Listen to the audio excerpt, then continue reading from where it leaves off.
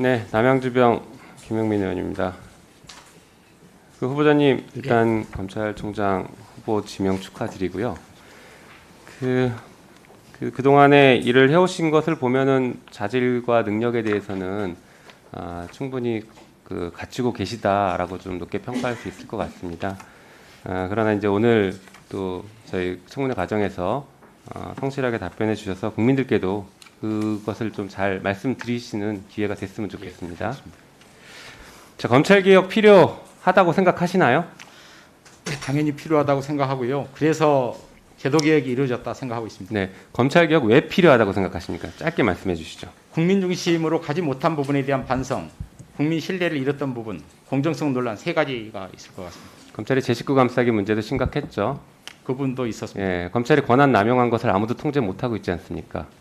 그런 측면도 있습니다. 그렇죠. 자, 저는 검찰의 칼날이라는 것이 굉장히 무서운데 힘없는 사람에게는 지나치게 예리하고 검찰 내부 식구나 기득권, 재벌 이런 사람들한테는 녹이 슬어버린 것 같습니다. 그러니까 검찰개혁이 필요하다고 지금 다들 얘기를 하고 있고 국민들이 검찰개혁의 필요성에 대해서는 항상 압도적인 지지를 보내고 있습니다. 뼈 아프게 받아들이셔야 할 것 같습니다. 자, 뭐 여러 가지 문제가 있는데 검찰권 행사가 공정하지 못했다라는 얘기들도 늘 나오고 있죠. 수사기소 얘기도 나오지만 항소권, 검찰이 항소권도 제대로 공정하게 행사하지 않는다라는 얘기도 있습니다. 하나 예를 들어볼게요. 공직선거법 위반 사건 관련해서 뭐 최근에 보셔서 아시겠지만 여야가 비슷하게 기소가 됐습니다. 야당 의원에게는 1심에서 150만 원 구형했는데 80만 원 선고된 사건이 있었고 여당 의원에게도 동일하게 1심에서 150만 원 구형됐는데 80만 원 선고된 사건이 있습니다. 야당 의원 건은 항소하지 않아서 1심이 확정됐고요. 여당 의원 사건은 항소해서 항소심까지 올라가서 항소심에서 여전히 다시 80만 원이 선고된 사건이 있습니다. 왜 누구는 항소하고 누구는 항소하지 않는 그 이유가 뭔가요? 그 기준이 뭔가요? 구체적인 경위를 봐야 되겠습니다만 사실은 정치적 중립성이 논란이 되는 것은 반대였어야 될 것 같아요. 그렇죠. 제가 말씀드리고 싶은 게 그겁니다. 근데 이게 지금 여야가 바뀌었을 때는 또 검찰이 그 국민의힘 쪽 편을 들고 여전히 여야가 지금 바뀌어서 야당이 됐을 때에도 국민의힘을 편을 들고 있다라는 게 굉장히 독특한 지금 검찰의 문화인 것 같고 국민들이 바라보는 검찰의 잘못된 지점이다 이렇게 생각을 하고 있습니다. 그 부분도 후보자님께서 좀 뼈아프게 받아들이셔야 할 것 같습니다. 그 부분은 뭐 제가 죄송합니다. 동의하기는 좀 어렵고요. 정말 공정하게 업무 수행하도록 하겠습니다. 동의하지 못한다는 것은 검찰권이 그동안 야당인 국민의힘에게 유리하게 행사된 것은 아니다 이렇게 말씀하시는 것인가요? 공정하게 행사되었을 것이라고 생각하고 저도 그렇게 하려고 노력했었습니다. 본인께서는 그렇게 하셨을지 모르겠지만 지금 예를 들어서 나경원 씨에 대해서 기소가 하나도 이루어지지 않고 다 무혐의 처리됐습니다. 그게 공정했습니까? 구체적인 경위를 제가 몰라서 여기서 그러니까 함부로 공정했다라고 평가하시면 안 된다고 생각합니다. 국민들은 그게 불공정하다고 지금 얘기하고 있는데 어떻게 후보자 혼자 공정하다고 얘기하십니까? 그건 잘못된 생각이라고 저는 생각하고요. 그렇게 간단하게 생각하시고 답변하실 문제는 아니라고 생각합니다. 예, 좀 공정하게 업무를 수행하고 정관예우 없다고 말씀하시는데 국민들은 정관예우가 있다고 생각하고 거기다가 정관 변호사들한테 돈을 갖다 주고 있지 않습니까? 정관예우를 기대하면서. 그럼 우리가 정관예우가 없다라고 평가할 게 아니라 정관예우를 어떻게 고칠까를 논의를 해야죠. 이것도 마찬가지입니다. 정치적 중립성이나 공정성이 훼손됐다라고 평가하면 어떻게 개선할까를 생각해야지 그거는 동의하지 못한다 이렇게 전제를 하시면 안 됩니다. 그런 건 아니고요. 정치적 제가 말씀드린 것처럼 공정성 논란이 있다는 부분 제가 모두 말씀드렸고 인정합니다. 다만 의원님 말씀하신 것 중에 야당 의원에게 유리하게 여당 의원에게 불리하게는 제가 동의하기 어렵다 그런 말씀이었습니다.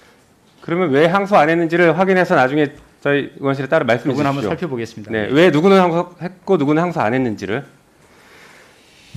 자, 뭐 수사기소 분리에 대해서도 이제 질문을 드리겠는데요. 그 전에 총장 후보자님 국회가 국정감사를 하지 않습니까? 예. 국정감사 과정에서 범죄 혐의가 발생된 어떤 사건이 있었어요. 예. 예를 들어서 국회가 수사하는 게 맞습니까?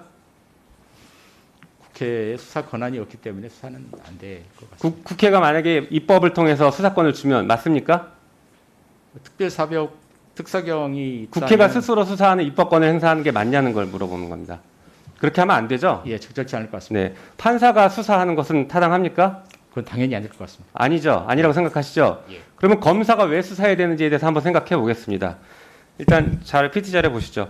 검사가 수사 기소 그 같이 가지고 있지 않고 분리해야 된다라고 했던 수많은 그 정치인들의 발언 그리고 검찰 내부의 발언들이 있었습니다. 첫 번째 보시죠. 윤석열 검찰총장 후보자도 예전에 인사청문회 때 검찰이 꼭 해야 되는 건 아니다. 직접 수사 이렇게 얘기했습니다.